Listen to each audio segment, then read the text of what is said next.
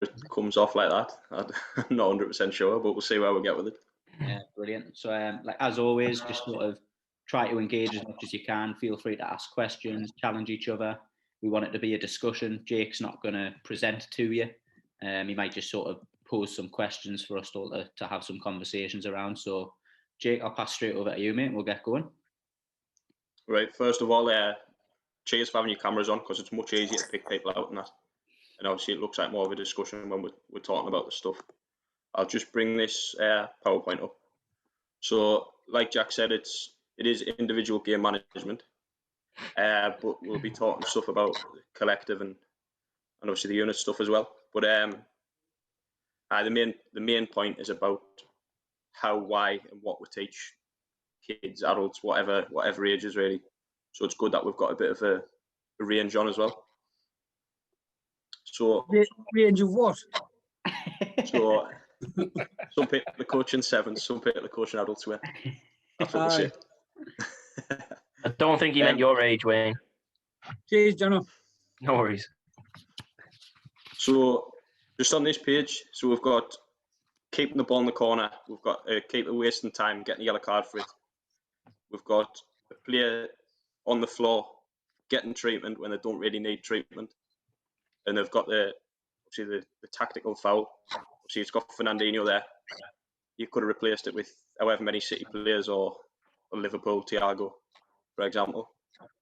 So just thinking about those examples, what's your perception of these? So, like, for me, that's game management. I know it's not the nicest thing in the world to do, but how do you see that?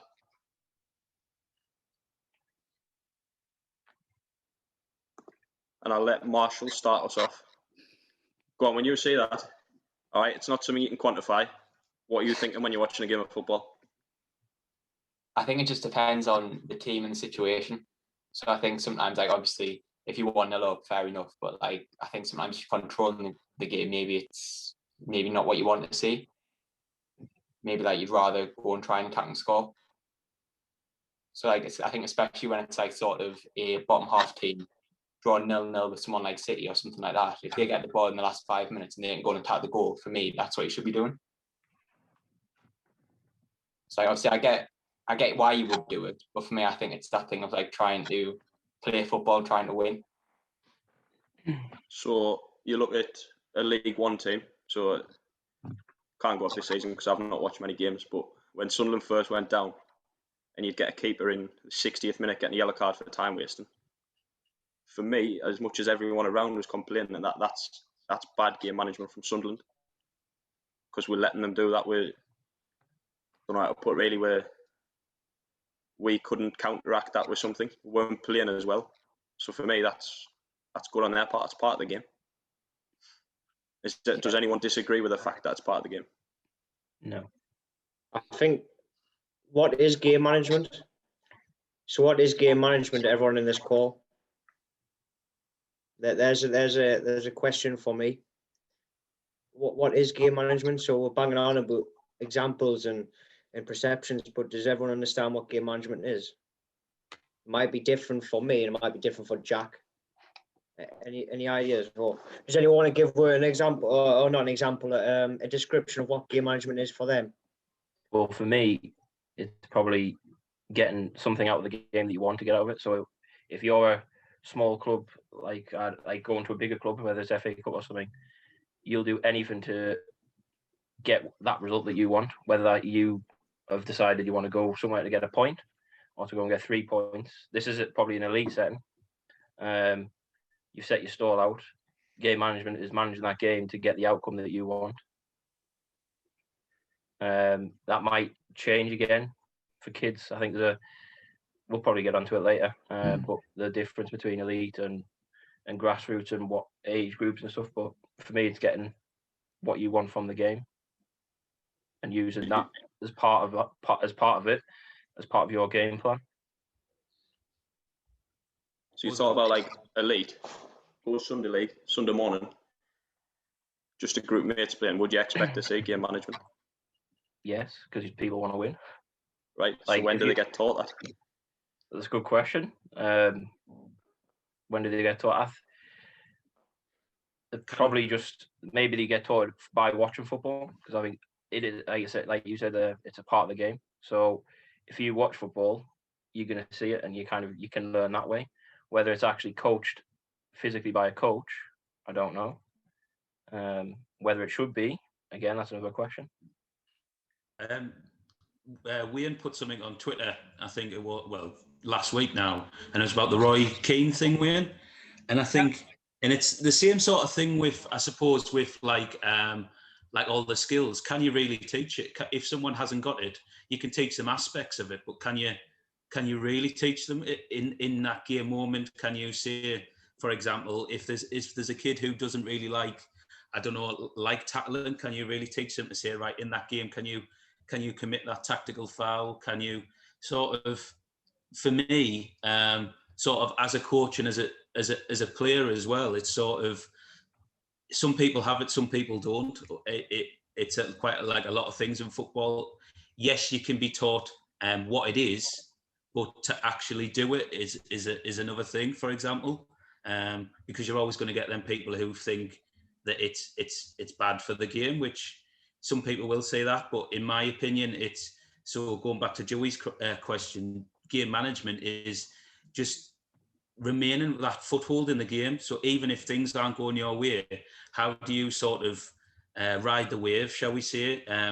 Are you going to, we'd all be sort of naive to say that if in a 90-minute game, that the 20 minutes where we're getting under where like being peppered, that we're going to sit back and coaches and say, yeah, we'll just leave it. We'll just let them have shot after shot after shot after shot, or we'll get pinned on our goal line. We want our players to say, right, okay, if the ball goes out of play, can we slow it down? And I think, as I say, game management sort of put in with sort of always being bad, but is it bad? Is sort of thing? That's sort of my opinion. I think it's thinking about it, it's a very non-English thing.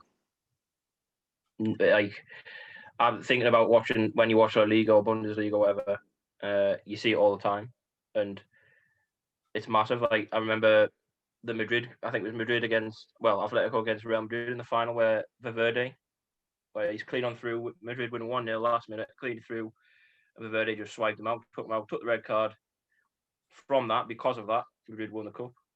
And I think that sort of stuff happens in every other league, and I'm sure Valverde did an interview around it as well. I can't remember exactly what he said, but he made a reference of talking about back in when he was like a youth player and like all that sort of stuff, and mentioned, like, coaches mentioned it to him. So I think it's a very, very non-English thing, and probably because of the English are too nice and stuff like that. Maybe, I don't know. Just gonna jump in. I think when we talk about game management, it's such a big thing, isn't it? Like, now, the perception straight away is almost, we're all talking about elite adult football, and I'm not sure anyone in here actually coaches in that environment day in, day out. So I suppose my question would be, is like, if the examples we've talked about have been probably what people would perceive as negative, but necessary to help win football games at an elite business level. Now, for me, coaching an under-10s group and an under-14s group and an adults team, just for an example, okay, what does game management look like at those age groups? What am I coaching? What's morally and probably acceptably right to coach? But we've only really talked about the negative examples, whereas actually is sort of encouraging your team to take quick free kicks, quick throw-ins, to be thinking about how to get an advantage in a positive way, as opposed to what can be perceived as a negative way. Is that where the discussion could go? Like, that's probably where I'm thinking, where I'm interested in. For me, like, go on, Louis. Sorry, go on. I just suppose on that, the one thing for me is it depends what sort of you want out of it. Is your game management focused on winning the game, or is your game management focused on changing the game? So, for example, if you're wanting to win the game, it's going to be like a sort of at all costs mentality. Whereas if you're wanting to change the game, then that's when, as you say, you quick throw in. So it might literally be where your game management is, right, we're going to, this next 5 minutes, we're going to sit in and we are going to do like, just like take it and stuff like that. And I think that's seen probably a lot more in grassroots, where it's all decides on whether you want to win the game or whether you want to change the game, in my opinion. So in terms of the examples that's just been up, would anyone, so I'll go back to them, would anyone would they want their teams to do this, say under 10 level, under 12 level? So you're looking at foundation phase, just going into YDP, would you want your players to do any of this? I would say top left. Left's not bad, actually. I personally wouldn't encourage any foundation phase players to get dragged into these habits. The thing with the foundation phase is there's different ways around it. I think some game management techniques you can coach and some you can't. So when it comes to foundation phase, for me, it might be the fact that if you win in the game, you might keep the ball in a certain area of the pitch. So it might be keeping the ball higher up the pitch, not necessarily shielding the ball. It might just be you practice that in training where you're playing in closer spaces higher up the pitch. That might be an opportunity to work on that. I think when it comes to Sunday League, what I've found personally playing Sunday League is a lot of it's psychological though. A lot of it is getting into people's heads and saying things that might affect their performance. So, a lot of Sunday League footballers are Sunday League footballers because they're not great. They just play it because they want to play with their mates, but they still know how to be clever and how to win free kicks and how to waste time and this and that. So I think there's coachable ways to manage the game, and there's definitely, it's not coachable, but it's almost like sort of learning from your experiences and drilling them into you as a player and from a coaching point of view. But just to go back to Joey's question, for me, game management is maintaining as much of the control of the game as possible in and out of possession.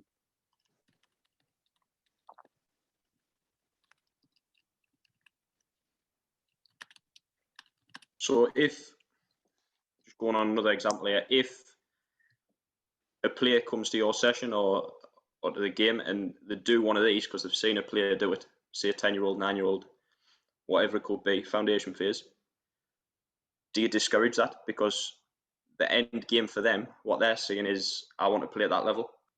So would you discourage it? Would you try and get them to do something else where if they want to get that level, at some point they're going to have to be doing those things? I don't think I would discourage it, just because you need different types of players.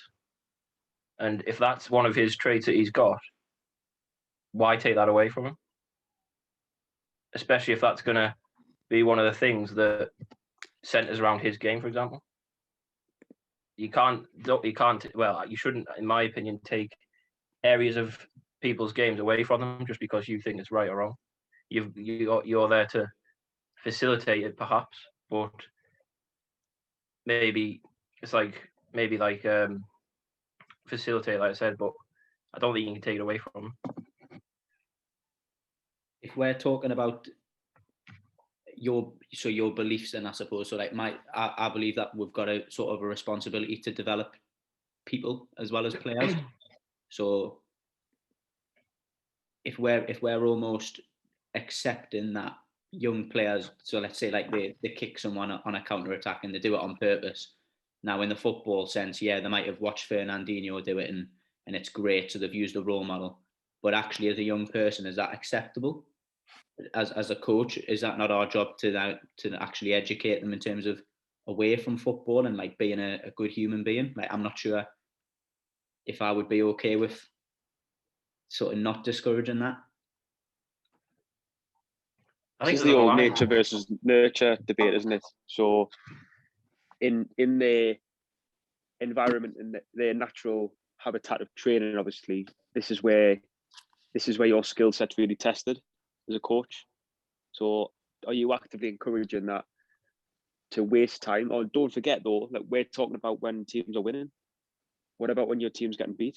What sort of techniques are you going to use to get back in the game? I think Crofty just mentioned on the chat there about, do you launch the ball 30 yards, or do you have there's certain teams in the Premier League that would do that. There's certain teams that wouldn't, that always maintain a certain way of playing because that's what they've worked on and that's how they believe that they will get success. So I'm swayed away from the question a little bit, but I think it does come back to the nature versus nurture argument. So is it because of what they're seeing that they think is acceptable, which a lot of things aren't, like diving, for example, like Salah for me is the biggest diver in the league. That's shocking, to be fair. I wouldn't expect me foundation phase player to do that, but it's also that what your coaching environment is creating, what your coaching culture is creating as well. I think, sorry, Scott, one minute. No, I've just finished. Oh, sorry, whoever I interrupted there, apologies. Go on, Croft, you go ahead. The top left one, is that not a kid practicing shielding the ball in session? So yeah, you potentially, if they're playing a game at the end, that's what you might be doing. But if you kind of digress that, he could be practicing shielding in the corner. And then the only other flip thing I would say is, if, for example, the 16s never do this against each other in training, I know it's a different age, I totally get that. But then how do the players I work with get a chance to like feel what that's like? Because I'm sure for a lot of people in here, you've been in a game and somebody's doing that there, poor, like it probably happened to me recently actually, and like you kind of see red. So then does that give us another learning approach from the point of view, like if somebody does this to you, how do we react? Do we go over and just nail them? Or so regardless, I'd like to think you get learning out of it. I was just trying to put a positive spin on it. But I think the younger ages, if they do it kind of softly or a couple of times, then I'd probably not say too much. If it was just constantly a kid's getting the ball and he's going to the corner every single time when actually there's a great pass from there or a chance to score, then I'd probably look to intervene and just ask why they're doing it and what their understanding is of it, where they've maybe seen it from.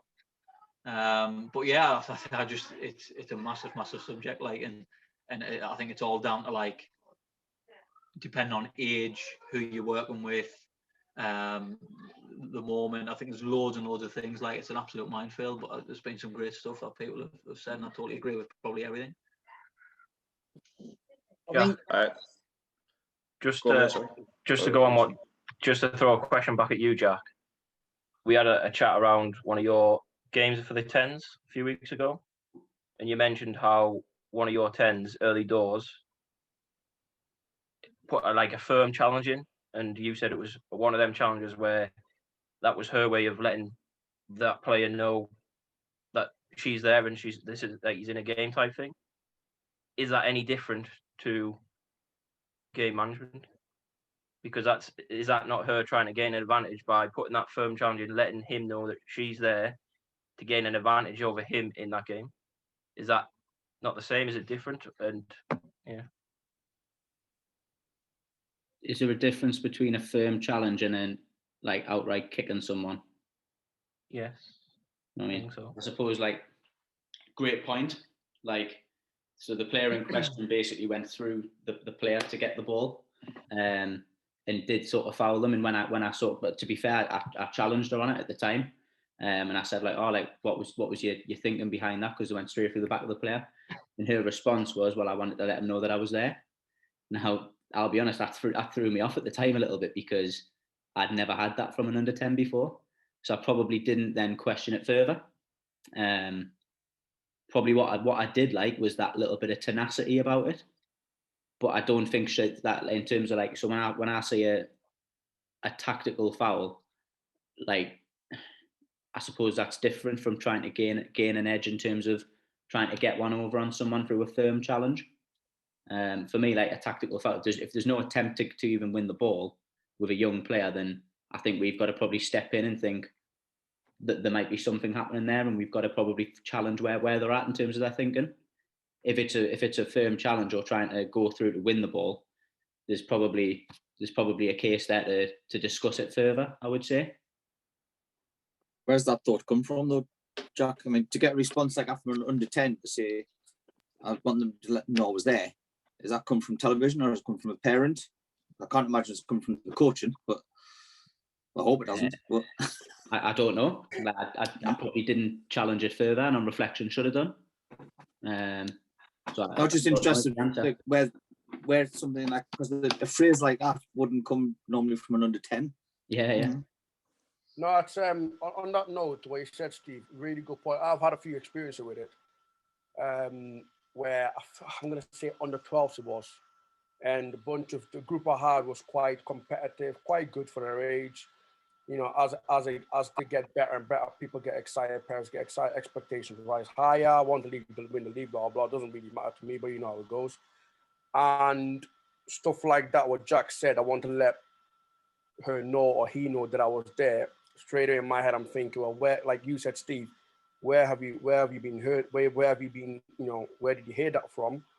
Or going back to top left where the players in the corner. I've been in the sideline before when I've heard, kick it in the corner. We probably all heard it before. Get it in the corner, hold up there, whatever, waste of time, whatever. And these are shouts and whatever are coming from places that we can't control as coaches. And yet again, what Steve said is sometimes they might get it, those game management ideas already in their head before they come to us, but not necessarily from the coaches. And so that's what I found in my experiences. I don't know if anyone else is the same. But that's something I've struggled with, and that's something I'm trying to get better at in terms of if it happens, how do I approach it? It's not a kid's, for me personally, it's not a kid's fault, but how do I find out where it's coming from? That's quite a difficult one.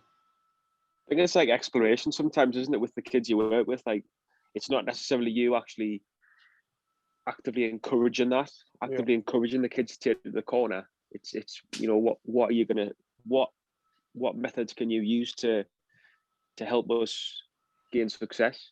Again, you don't want to go too far into it and say, you know, what are you going to do to make sure we win the game? Because again, at a foundation phase level, we all want to win the game, of course, but you don't want to fall into bad habits of just saying, right, well, 10 minutes to go, get yourself in the corner. It's not the way it should be, but it'd be interesting to see what different ways kids understand of game management, to be fair. Just going back to Crofty, I'm potentially asking Crofty a point here, but and you said about the 16s as well, Crofty, how you'd feel being against that. Would you sometimes question as to how the opposition got to that point of the pitch? Say that again, mate, in terms of how I'd stop them from doing it altogether if another team was doing it to us. Yeah, so say if your team's getting beaten, they've managed to get to the point where the top left picture. Would you question, and instead of saying how would you feel psychologically about them doing that, would you question and say how have you managed to allow them to get to that point of the pitch, to right at the top corner? Yeah, maybe, but I suppose if you're setting your team up to stop them getting to the goal, you're going to give away probably spaces in that area that you can see there. So it's a tough one because you can't cover the full pitch. I think it will be more about me like discipline there. So does one of my lads just go over and absolutely nail them, or actually do they double up and try and get the ball in a proper way as such? But yeah, like even I just think it's coaching. To be honest, I think like it's no different to a player making a bad decision. So let's say he doesn't pass the ball when there's 3 players in loads of space and he gets tackled. Do you jump in and nail him, or do you say no, we'll give him a few goals, and he's doing it 4 or 5 times, and then you might jump in and help him and say, look, there's a player available here or there. Lift your head up a bit more. How might you be able to see them? Like probe some questions and stuff. And I think that's no different to these kind of things here. So if your player's keeping it in the corner, for example, he does it once, you might go, right, fair dues, let him have it. He does it a couple of times. He does it 4 or 5 times. It's just no different to coaching. You maybe have a chat with him and say, look, why are you doing it? What's the decision you've made? What you're making that decision for? I just think then we keep using that corner one, but even like, you know, if somebody kind of takes one for the team as such, like it would just be a bit of question. If he does it once, you go fair dues. If he's doing it every single game of play, it might be, look, like, why are you doing it first of all, trying to find out a bit more, and then just try and coach him in terms of like, well, how he should be conducting himself really, and it will probably I'm going to get the best example I can use is how I might do it. Is if it's a 16, I'd say, look, like it's under 16, you don't have to worry about the result, even though I know for a fine fact, as soon as I say that to a player, he's like, yeah, but I want to win. So, but as long as I kind of conduct myself in the right way and say, look, it's not about that, but you know, I think it's tough. I personally believe that 18s that's the age where like they're in a league, and in terms of an academy level I'm talking here, that's when they start a proper league. 16s haven't got a league, they'll have a taste of tournaments, but I think 18s is where you can probably they actually need to learn stuff at 18s, because if they get put in the first team and Borough's winning 2-1, it's the last minute, and an under 18 starts dribbling towards goal, loses the ball, and the other team score, I can't imagine Warnock being very happy. And if he's saying the 18s, why does he not understand that we're winning? There's 30 seconds left to just keep the ball or put it in the corner. So I think, in my personal opinion, I think it's 18s. Right, just moving on from that point, because that leads in perfectly to the next bit. We were going to do a breakout rooms, but conscious of time a little bit. What age is that appropriate to teach them in grassroots? So your standard, your Saturday mornings, your Sunday mornings, and then does that change or does it differ for academies? So Crofty's just said 18s. Anyone who's had any experience, do you agree with it? Do you disagree with it? Do you think grassroots is different? Because for me, I've got a 12s team. The amount of that stuff I see every week is horrendous in terms of what we were talking about there. It shouldn't happen at that age, etc. It happens every single game, and sometimes it feels like we're a bit like naive about it because we aren't doing it as much. So I don't know whether anyone thinks that it should happen earlier, or if either setting not that it differs at all. Not that it should happen earlier, but that my sort of thoughts in grassroots, and like speaking at the age what Crofty mentioned about 16s, is not only have you got a sort of, they can hear it from the telly, but I've seen it in times as well where other players have said it. So like, for example, one of our players who isn't the fastest and got beat by a tricky winger, that straight away one of our players have ran over because they've scored and said, well, why haven't you fouled him? Why haven't you done this? Why haven't you done that? And I feel like the more I see, like the more games I go to, sort of, as you say, Jake, the more you see, more players. And it's, thankfully it hasn't been coming from coaches, but the more players start to become like sponges and pressure other players into doing it, and they sort of learn that way, and then you sort of get yourself in a vicious cycle because it's you versus sort of a group of players instead of like one-on-one coaching, if that makes sense. So if we're putting numbers on this, what are we seeing in terms of age groups? When does it start getting drip fed in, or is it like all at once? Or for me, realistically, I wouldn't sort of not touch it, but when they get to 16s, my experience is that they start to become a little bit more focused around this, and they'll, even though you can do everything you can with coaching, it sort of becomes that way because testosterone levels start to go up, especially in males. Females, when I've coached females, I would say that it's pretty similar, to be honest. It's sort of, as Jack mentioned, you'll have some in the game who are really interested, and you'll have some who technically just don't want to touch it because they can rely on other abilities. But at grassroots, I would say sort of with a twisted arm that probably 16s upwards. Yeah, I think I'd agree with that. I think definitely 16s for me, because depending on what setting you're in, so if it is like an RTC or an academy, essentially you're preparing those players for first team football or adult football, and this sort of stuff happens in first team football and adult football. So if you're not facilitating it in some way, how can you say that that person's going to be ready for the step up? It's a part of the game, so they need to know about it in some way, shape, or form because it's a part of the game. So I definitely think like 16s is probably a good age to do it. Just on that note, quickly, I'm just thinking. Think back when I was playing. I don't think I was ever taught about game management, but like you said, I think is it not one of those a particular about the scenarios that we're talking about that you kind of pick up as you're getting older and older because you tend to see it happen. I don't know if that's just me or so. Like you said, 16s. I reckon. I'm thinking when I was playing college football, but that's probably when I was really picking up on these things that we spoke about. But I didn't have a coach say to me, "Oh, by the way, if he's going through, like take one for the team," or that's it. I think it's like you said, there amongst players who kind of learn that, and then we learned how to manage the game as I got older, and then obviously it went into men's football. Then it was a bit more common in terms of get a ball into corners, waste time, and take one for the team, in that sort of sense. But I was never really coached, so I don't really know whether that's one of those things that, through experiences, that kind of pick it up, or do we need to coach? I'm not too sure. I don't know. I suppose it's how you coach it, really. So going back to that top left picture of shielding it in the corner, does it always have to be shielding it in the corner, or could it be sort of you're telling your team that you're 2-1 up, there's 5 minutes left, can you keep possession in an area of the pitch or anywhere? Because again, that goes back to what we said at the start. What is game management? And for me, if you're still telling your team to keep possession, that is managing the game. So does it always have to be sort of, would you tell a player to, oh, he's faster than you, so if he gets past you, take him down? Like, I would never coach that. No matter sort of whether it was adults or what, I would never coach that personally. But I would try and get in their head to say, well, how do we stop that from happening? But can we think of sort of appropriate ways? So, for example, I'd never teach a kid to go and shield the ball in the corner, but if they then went and did it, like Crofty said, am I gonna berate them and say you can't do that because they're just showing stuff that they've learnt? If they do it every time, then it becomes a little bit of an issue.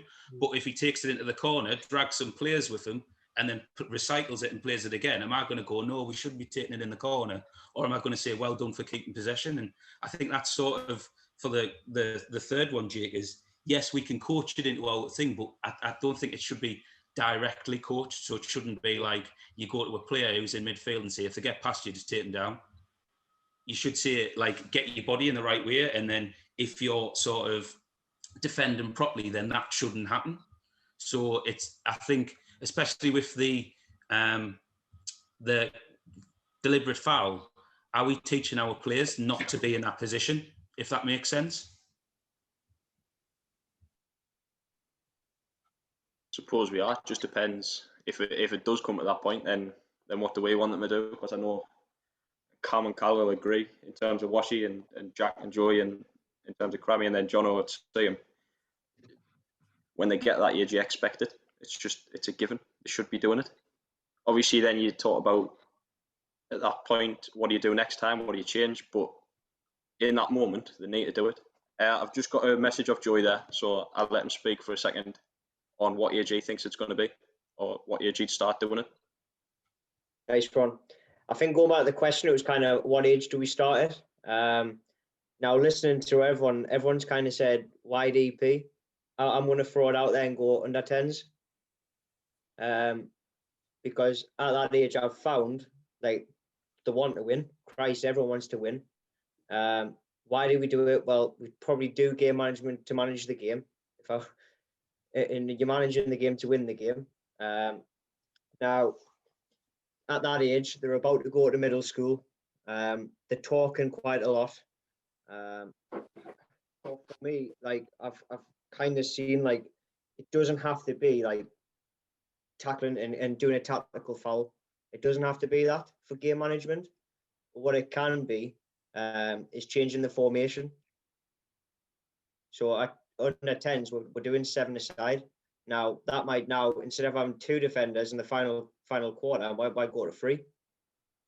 And we're challenging that, and we're going, why? Well, because we need to be a bit more secure at the back and just have that extra defender in there.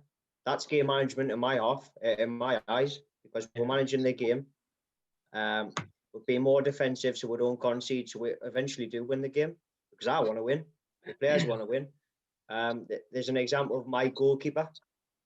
He's 9, Cookie. They've had a shot and it's went well wide. Now, instead of running after the ball, he's walked to get it. And for me, I was loving it on the sideline because, well, actually, that's taking time off. And I asked him about it, and he kind of gave the answer. I thought, hey, that's pretty good, that, to be fair. Because the end goal, hopefully, is to produce players good enough to feature on our adults team. Now, if they get to the adults and they're not ready, well, that's going to impact, because at adults, it's definitely about winning.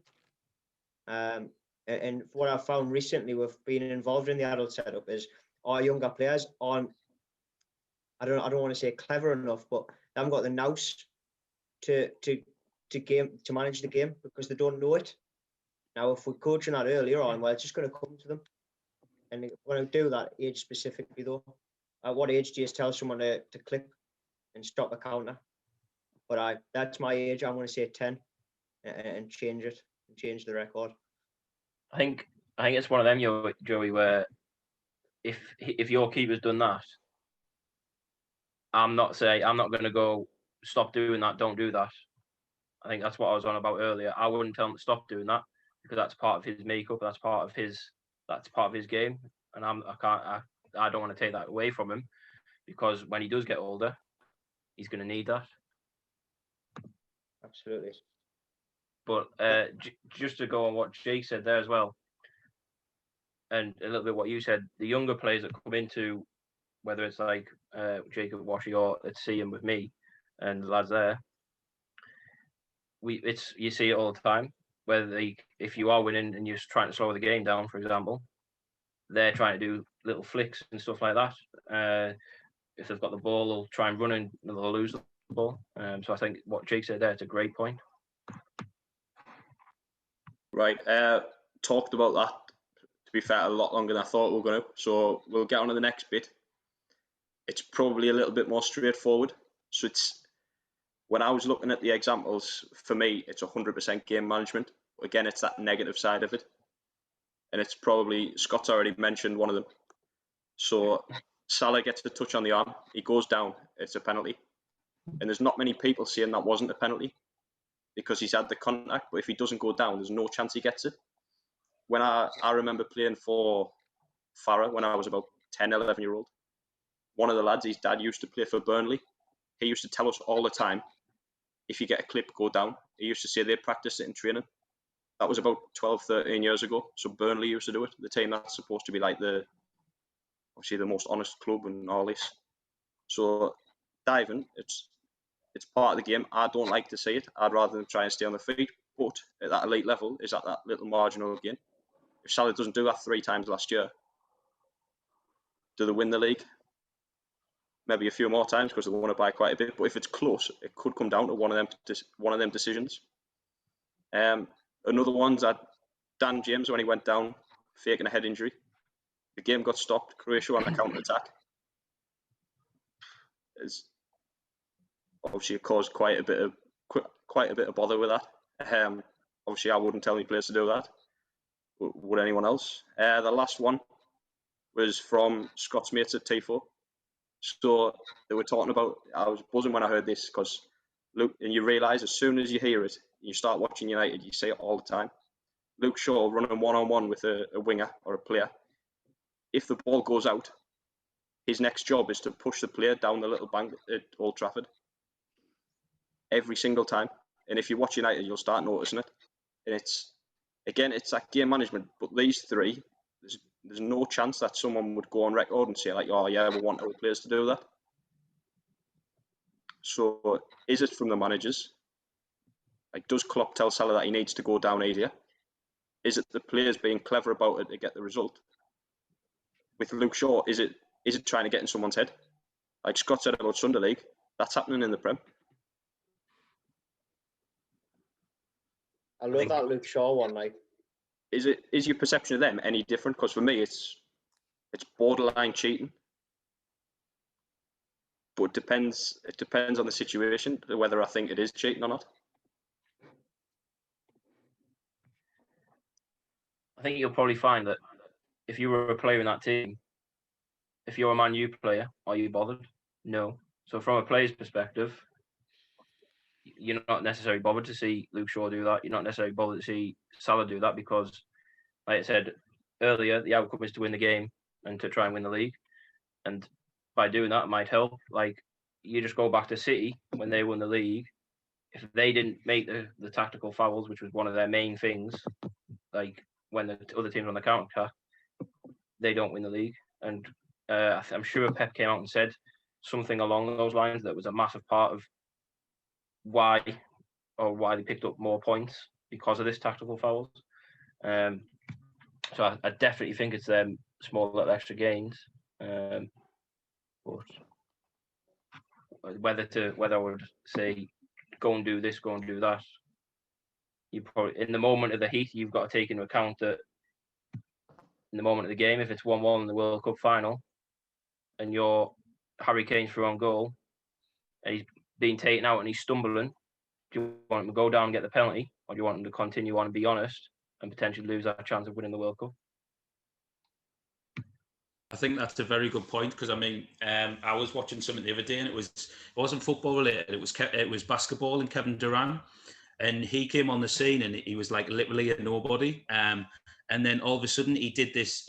They had to change the rule recently, but he did this thing where he used to get like 37 points a game, and it was literally just swinging the ball into the opponent's arm and like getting fouls from it, and the opposition wasn't fouling him, but what was quite interesting about it was a bit like what Jono said, was his then coach at the time. I know it's obviously a late setting, but he said that he knew that it was sort of morally wrong, but there was nothing in the rules to say he couldn't. And at the end of the day, this is what the coach said, at the end of the day, they won the game. So would he then say to him, you shouldn't do that, and then lose the game next week? Sort of thing. Obviously, I know it's completely different for grassroots, but I think sort of the point I took from it is, as coaches, if someone does something like that and it brings like a positive outcome, are we sort of strong enough to still challenge it, or we just sort of look over it because that positive outcomes come from it, if that makes sense?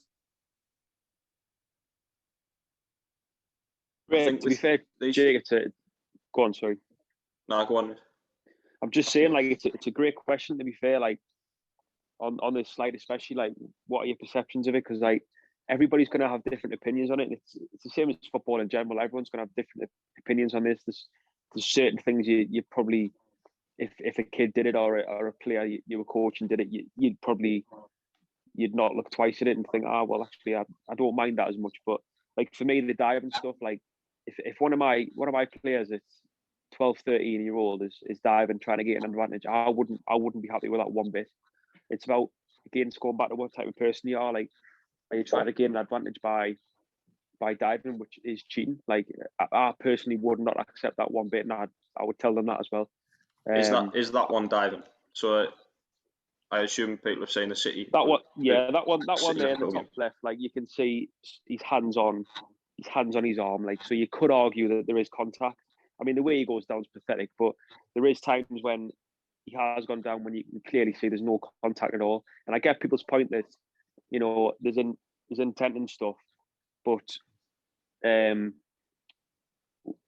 don't know. I just think you're asking for trouble, and I think it's encouraging the wrong morals and wrong values. And I'm probably looking at more of this from a grassroots point of view. I get the Premier League's elite and you need to win, and it's all about success and winning trophies and stuff. But I'm looking at it from a grassroots point of view. I would not be happy one bit if my player was doing that, to be fair.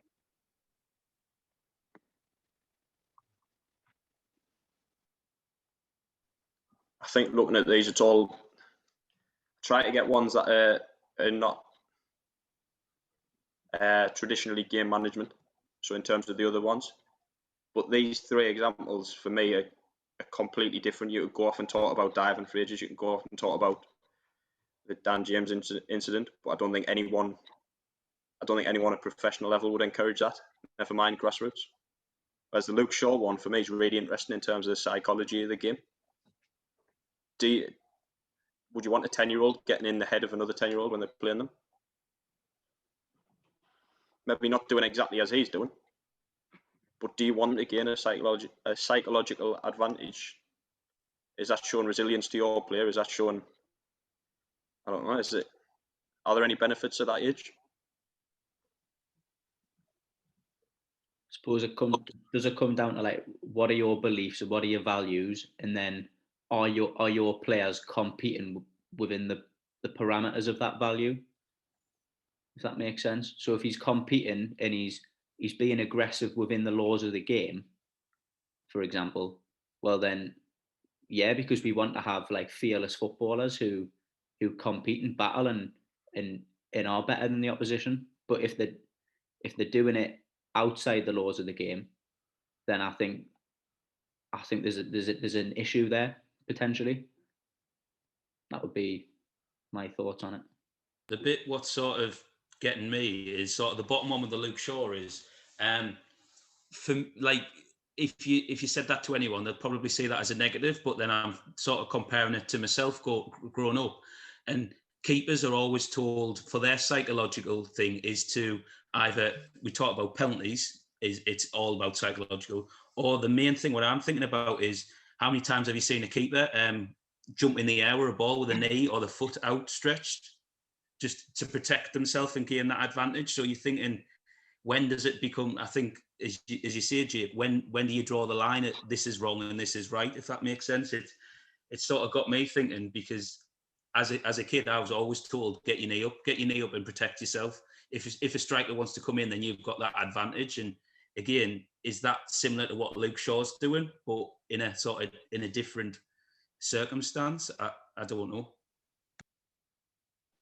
I think those examples you gave there, Louis, are showing intent to gain advantage and psychologically. And I think what Jack's saying is spot on, to be fair. Like, as long as it's within the parameters of what you're trying to encourage and coach, then I think it's fine. Whereas the Salah one for me is like, you see it far too often. It's pure cheating, and it's just like it's beyond the realms of the laws, and it's not on.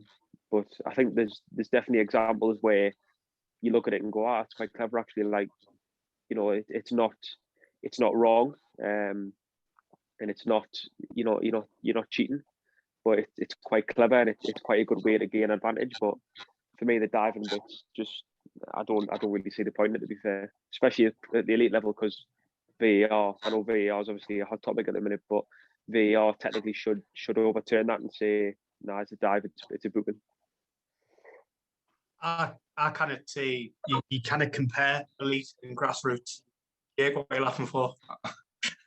I just don't think you can compare the two. I think stakes are so high at elite level that I think each one of those three is acceptable at elite level, because I think it's part of marginal gains. It's part of, like you say, winning and losing trophies, and because of the technology involved in the game at that end, like, they can decide what's foul and what's not. Yes, I don't necessarily, I suppose as a Liverpool fan, I hate the way Salah goes down, but more often than not, it is a foul. He just doesn't need to throw Salah on the floor like he's being shot. But I think for me, it massively comes back to what is your reason for coaching? And like, I pick up on Joey's comment. I think, we all want to win. And I think there's an element in there that kids are too soft, and I think I think we make too many excuses for them, and everything's positive all the time. But for me, the answer isn't game management; it's coaching properly. It's recognizing, well, actually they need to improve as a defender, so I'm going to teach them to improve as a defender. I'm not going to teach them to push people down hills and trip them up on the counter attack. It's for me, and I know a big part of this presentation's come from a game that me and Jake probably observed just before lockdown, and it was like the way the opposing coach went on was a disgrace. But I think where our job comes in there, for me, as coaches, is to educate our players on why that's wrong. And actually, it's buying into that thing of what is long-term play development, not let's teach them how to trip people up and, hold the ball or whatever to gain a short-term advantage. I think that's our job, isn't it, as youth coaches? It's to develop, not to for me, to show them how to cheat. It doesn't sit well with me at all.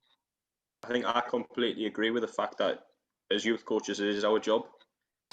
But like I said before, like, especially Jono in Northern League, when they get there, you expect it. So at what point in the timeline does something change? I think, and again, I don't think you can. It's difficult to say an age. Is it not the ability and the emotional and maybe social capacity of the player as well? So, like Joey's example there with the goalkeeper, he might be intelligent enough to understand what he's doing and the reasons why he's doing it, but I think there's a line there. If you don't educate the player properly, they just become an outright cheat. Do you know what I mean? And then how do you draw that? How do you bring it back? Like, how do you educate them that it's right, what's right and wrong? And I think for me, I think elite level academies, 16 to 18, possibly. Would I be comfortable doing it with under 16s now with the RDC? Possibly. Like, would we talk about maybe tugging the odd shirt or possibly, you know, it being an advantage? But I don't know. I would rather try and teach them how to win and be better properly rather than teaching them what you've probably deemed the dark arts. Jamie, just a quick question. So you mentioned there about the 16s. What would you? So say if England, so obviously some of the girls that go to the camp to England, if England came back and said we want you to do this, and it's around this subject, what do? Do you just go, yeah, I'm going to do that, or do you? I would say no. You say no. If the national governing body for the game is telling me to teach my players to cheat, then I'm going to say no. If that means I get removed from the job, I'll get removed from the job. What does that say? What does that say about this? Like, I don't know. That doesn't sit right with me.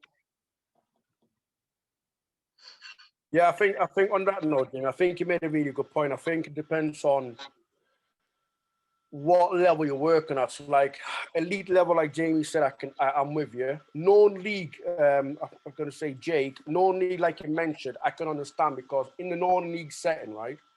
And I'm just going to go off personal experience here that obviously non-leagues, yes, it's about winning. So like I said, they probably do expect players to know that side of the game.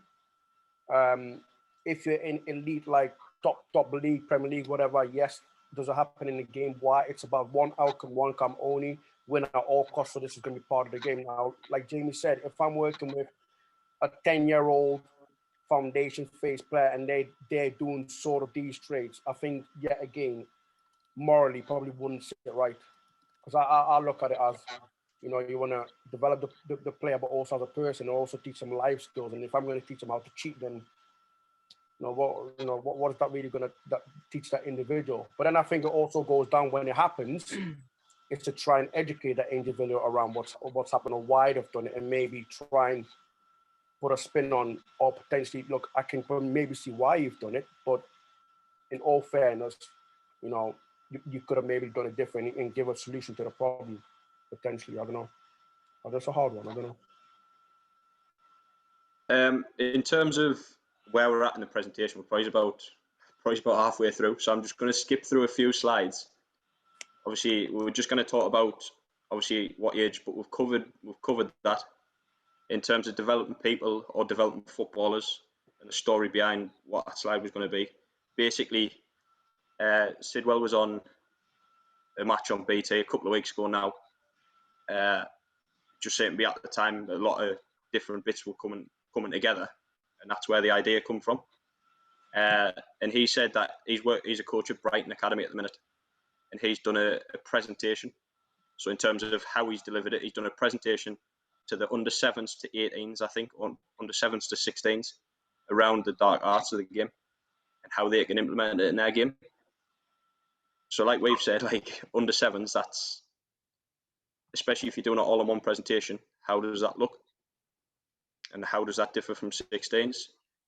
But then, I know, Jamie, you weren't a fan of this, obviously, when we spoke about it before. So what was your thoughts on that whole situation, basically? Say again, please. Ask the question again. So the idea of Sidwell going into Brighton Academy and doing this presentation. I mean, it's difficult to say, isn't it? Because the obvious answer, following what I've just said, is I don't agree with it.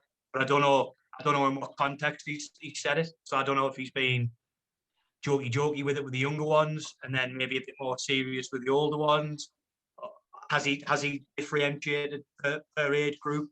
But I suppose the only thing I'll say to counter argument, and probably to pick up on Joey's point, is if it's a club thing, if Brighton have decided as a club that this is the way we want to educate our players from top to bottom, then who am I to say that that's right or wrong? Like, that's their club philosophy, and I suppose the same could be said for Crammy.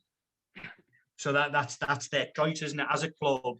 And as long as, I suppose, that's in their, you know, their code of conduct, code of practice, whatever you want to call it, DNA, and they sell it like that, and the parents know what they're getting into, and the players know what they're getting into, then like, who am I to say that that's right or wrong? Do I agree with it?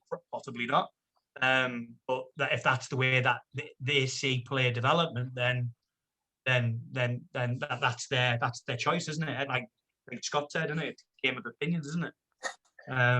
But would I be happy with, I don't know, I suppose in the same context, Kira Ramchaw coming and telling the RTC under 10s that it's okay to trip people up and kick the ball away when you've conceded a free kick and push people over barriers? Then no, like, I wouldn't. But that's down to, no, like Jack make, that's my beliefs, that's my philosophy on what coaching should look like.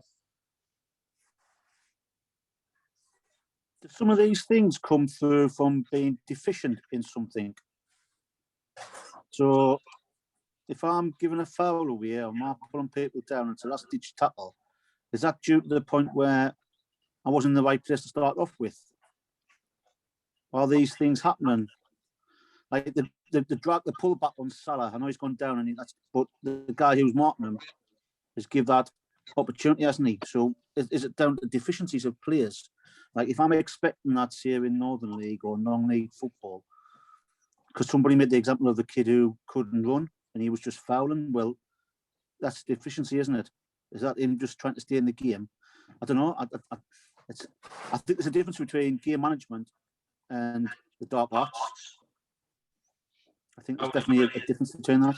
I would agree, Dips, because, for example, obviously, on another person with Salah, if they're diving in a box instead of taking that shot, is that a lack of confidence, or is that they're wanting to dive and just win the penalty because, as I say, they don't feel like they can score there? Is that? There's another way to approach it, I suppose. Yeah. I'm just I think that one, Dips, as well. Like, sorry. No, it's going. I'm just saying it. Is that one there? If you've got a player who can't run, who's constantly having to run back and commit fouls, does that not come into our coaching toolbox to say, right, well, why is it that they're getting themselves in positions where they're having to do that?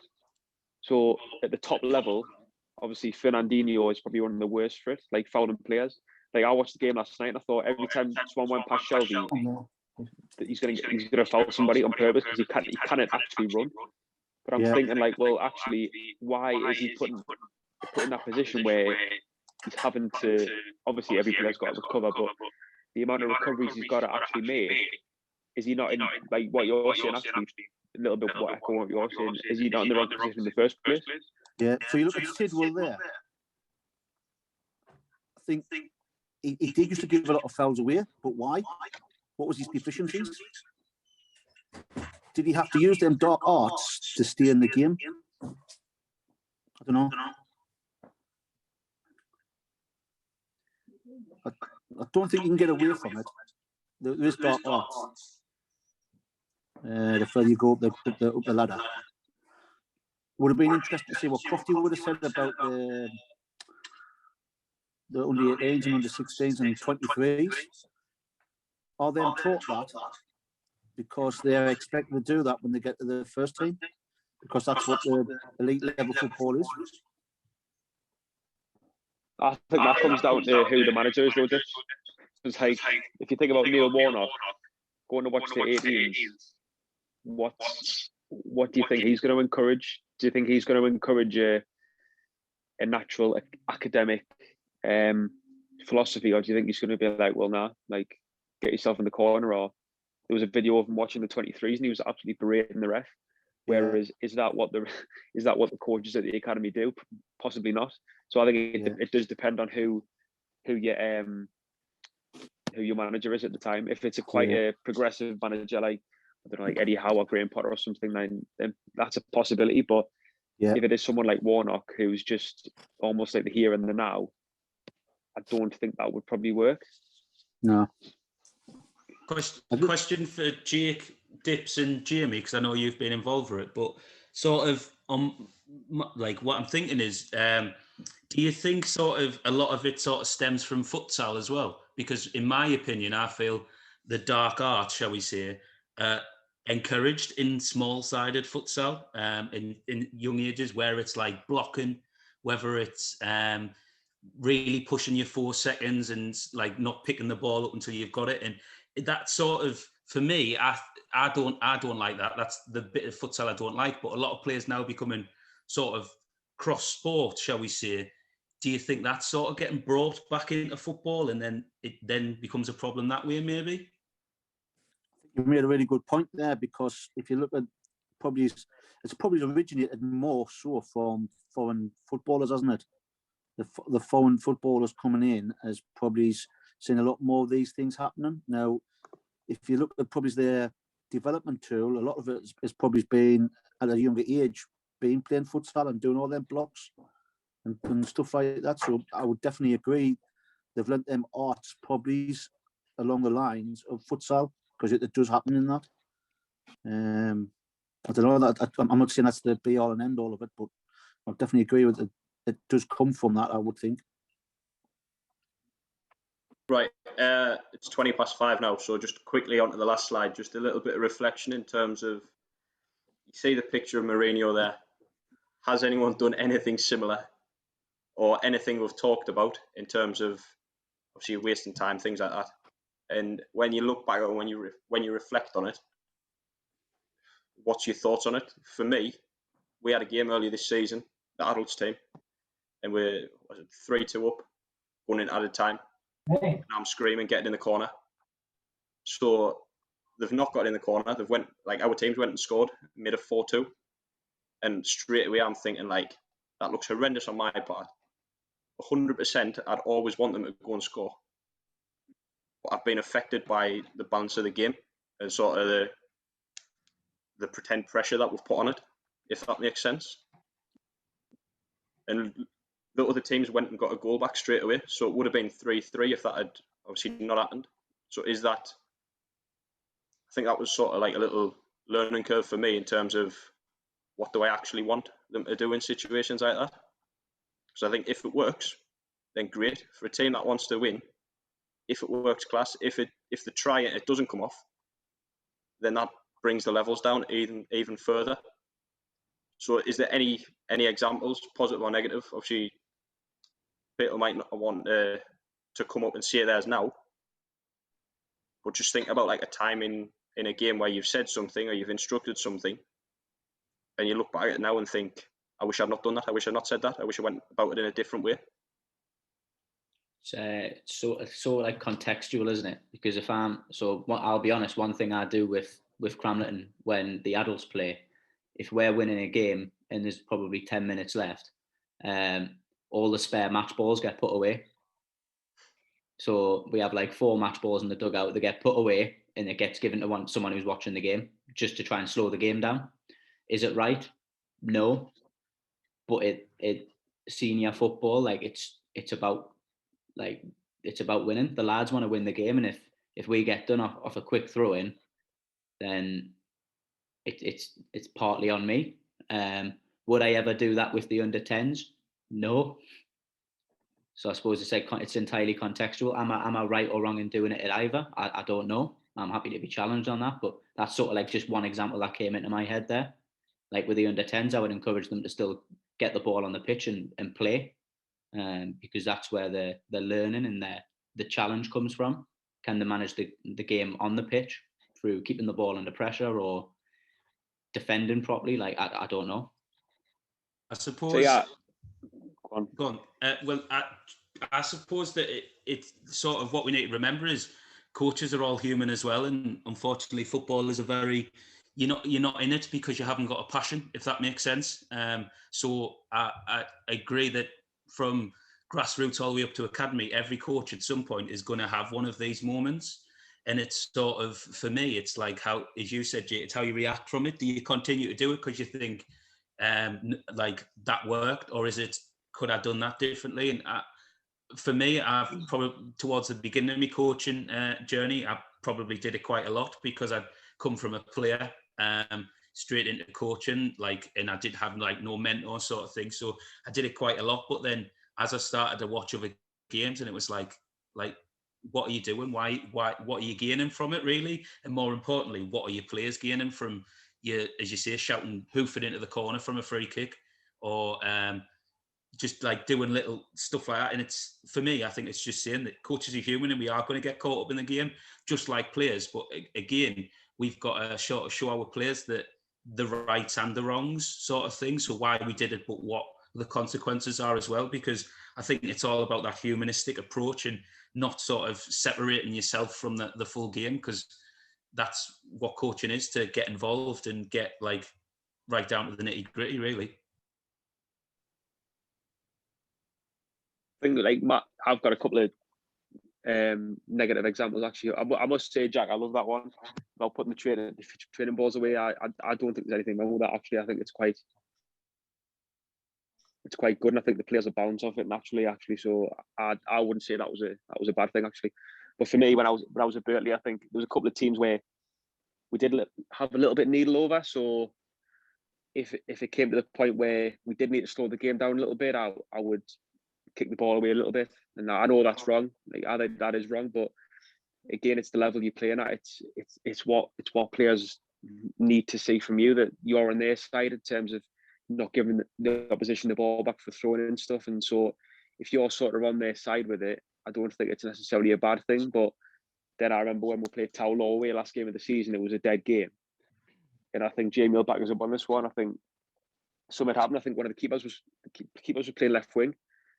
I think he got injured and he couldn't continue. And me and Jamie laughed for about 15 minutes at the way he was running because he was just injured. He couldn't carry on, and they were just telling us to carry on the game. So the pressure was off a little bit. But I think in those environments, and people will back us up here, when the pressure's on of trying to win a game, it is difficult to try and take yourself away from that. After on reflection, like half the time you think, oh, what was I doing that for? But in the heat of the moment, it is difficult to take yourself away from that. I think similar with Jack, with Siam, instead of maybe putting the match balls away, whether if it's a goal kick, for example, I usually kick it on, but maybe I take an extra 10, 15 seconds before I kick it on. Maybe I just roll it on instead of kicking it straight at the keeper, stuff like that. Similar to what Jack said, but again, would I do that with the 12s at the RTC? Absolutely not. Is it something that, obviously, Scott, when you're saying about kicking the ball away, or Jono, when you're saying about slowing it down, looking back at it, I know you've said, like, obviously in hate at the moment, it seems like the right thing to do. Is it something that you regret, or is it something that you think, actually, that's fair enough? No, I don't regret it. If I did it with a 12 under 12s, 13s, 14s, I would regret it. But at the end of the day, the aim is to win in Northern League football, and non-league football. The aim is to win, and it's nothing that any other team does. Whether that makes it right or is another question. But it's nothing that any other team doesn't do. It's just, for me, it's just a part of the game. Yeah, for me, I don't. When I say kick the ball away, I don't mean like literally lash it over the stands. I mean kick it away a couple of yards. So it's not as if I'm massively affecting the game. It's just trying to gain a little bit of a psychological advantage. So I don't regret it, because I wouldn't go as far as doing what the players do and start lashing the ball away 20, 25 yards. But would I do it often? Nah, probably not, because it's not really with me. It's not really what I get involved in. I'd like to think that the players can manage the game themselves without me having to get involved too much. Right, I think on that point, obviously, like, we'll just wrap it up there. Appreciate everyone being honest about it, because obviously I didn't want to just make it in terms of we're all youth coaches. It is very varied. As Jack said, it's massively dependent on context. Would you do the same with a sevens team as you would with an adults team? No. But it's just about having them discussions, and I think the main bit is reflecting on what you do and how you're going to do it going forward. Are you going to change anything? But in terms of like how this has went. Cheers for obviously the discussion that's come from it, because it's not sort of a presentation for me to just present. Top man. Enjoyed that, mate. Absolutely, Jake, top class, pal. I absolutely love that, to be honest. So thanks for your time and putting it together. Cheers, Jake.